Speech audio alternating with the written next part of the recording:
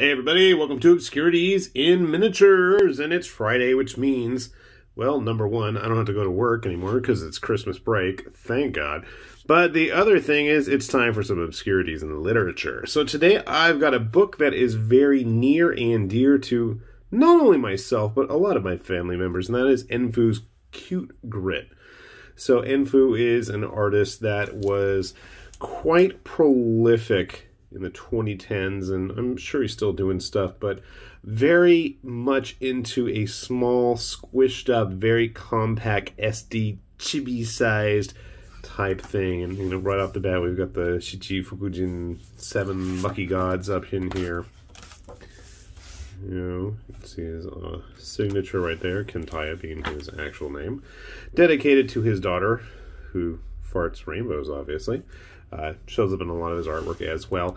So it's interesting because I first discovered his stuff years ago at Comic-Con when they had a booth, I think it was like right next door to Giant Robot Magazine, which I was always a big fan of, and have quite an extensive back issue collection. And lo and behold, the foreword is actually by Eric Nakamura from Giant Robot, which was a very cool product of its time. We have a bit of a bio on the artist, and then we get into the actual grit. So one of the things that always stood out to me, besides some of his bigger prints, was the little chibi type stuff. And literally, it's just like page after page of these tiny little like iconographic little chibi stuff, and it's just, I love this. And I can remember when my kids were younger, just having them sit there. I mean, they pulled this out on their own, especially my daughter. I mean, it's just, you know, it's bright and colorful and all rainbowy and pinks and purples in there, but just being absolutely enthralled with all the stuff going on each page. Now, there are some similarities between some of these, but I mean, there's just a whole lot to just absorb and soak in. And it's also kind of neat because there's such a variety of material that's covered here that, you know, my kids are familiar with, myself as well. There's just a lot of familiarity and fun to be had here. Things that, you know, we see all the time. Monsters, kaiju, various foods and condiments. There's just a lot of stuff. And I think for a book like this, this is a thick book. We're talking a good couple 200 plus pages of art. Now, it's not all art. There is quite a bit of, you know, other materials that Enfu was working with in here, which we can show off in a sec. I like that my kids referenced the fact that they thought it looked like the Bubble Bobble dinosaurs, not the Puzzle Wobble or whatever they called it. Player 2 version.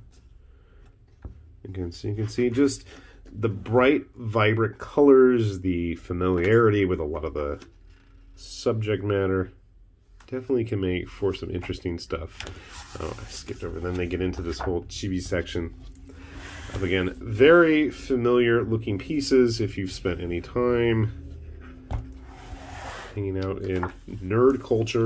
And then we have literally just a 2-page spread of nothing but cosplaying characters, which I'm sure most of you can probably recognize. Yeah, fun stuff there. But then, I can tell you my kid's favorite page was this one, where it's just nothing but Ghibli characters. They even call it giblets. You know, the lights kind of... Most of these I can recognize. Some of them not off the top of my head. Like, this one is not ringing a bell for me. Maybe I'm just out of practice. And the Ninja Girl. I recognize most of the Mononoke stuff. Nausicaa, Kiki, Tombo.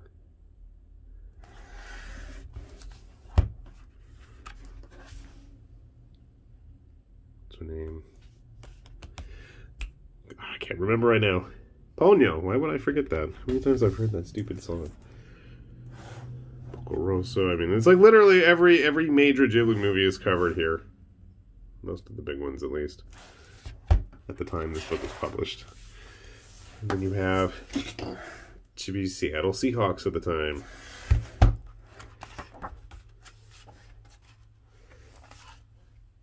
Almost reminds me of like graffiti art at times as well, and then just, you know, the piling up of material like this. I really dig that. This is upholstery. I would love that. It would totally get faded, but it would be awesome. Just neat stuff. Then we get into a bit of the fashion that was designed by him. I'm going to just flip through that. And then we get into some of his actual prints. Now, Kentai was actually a artist at Bungie for quite some time, so you can see he's got his anniversary thing here that he made. And then we get into all kinds of video game paraphernalia and stuff. Mechs and monsters. And the funny thing is, I like this, it's Ellie Cure, which is his daughter. My daughter's like, that looks like Pretty Cure. Yep. Remember when these games were a thing? And then there's Parappa as well. Just very fun pop culture stuff.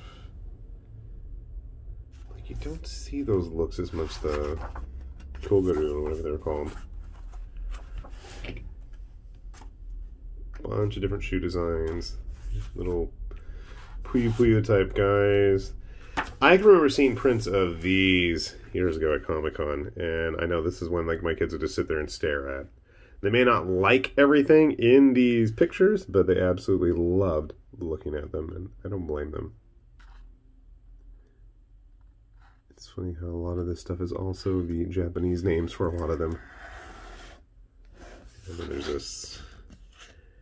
You know, it almost reminds me, looking at it, of the old Richard Scarry books, where you'd have just everything, all the stuff all over the page, everything labeled. And I'll be honest, as a little kid, I loved looking at things like that.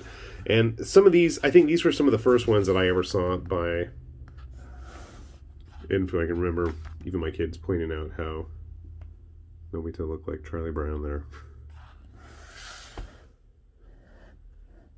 Just some very fun mixtures of characters.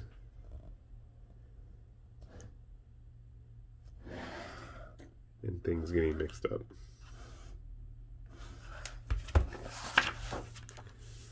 And I think this is like a huge piece that they did. Yeah, it was like a big, huge spread originally. I Fart Rainbow. You've got a bunch of comic strips in there. Some of them even in Japanese. I can remember my kids reading those too. There's a kanji that I didn't recognize.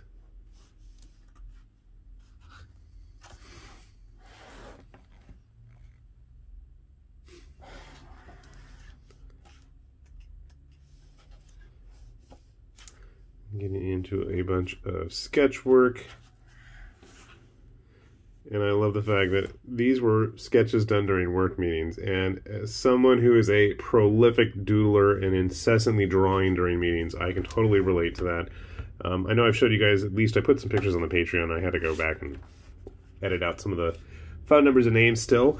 But my dad actually, my brother collected all of my dad's doodles over the years of his work and put them all in a book too. I should go grab that and show that off. Some more conventional looking pieces.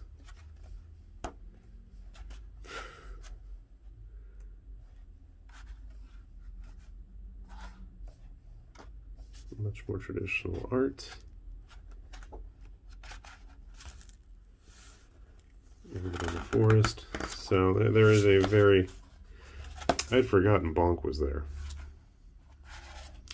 That's right, it was in Giant Robot. Okay, it's not my imagination. It even says it was. I kept looking at it thinking, I've seen that somewhere besides in this book.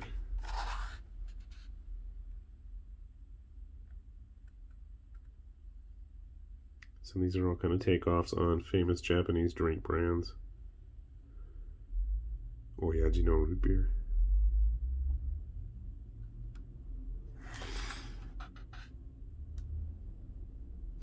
Again, he's very much into these mashups of characters dressed as the wrong people. Garfield, Doraemon, Dora,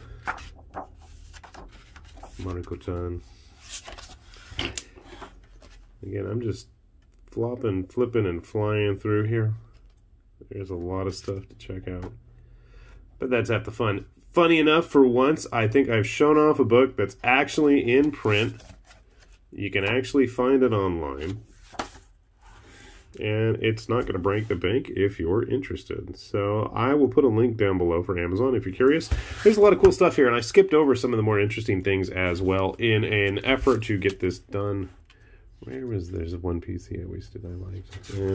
We'll save that for another time. But yeah, definitely a fun book, a visually rich treat for artists and non-artists alike. I think especially if you have any interest in pop culture type art, there's a lot of fun stuff in here to be had. So we'll put a link down below, like I said, and hopefully you'll find this to your liking as well. With that said, this has been High Lord Tamberlane with Obscurities and Miniatures, saying thanks for watching, and we will see you back here soon. Bye-bye.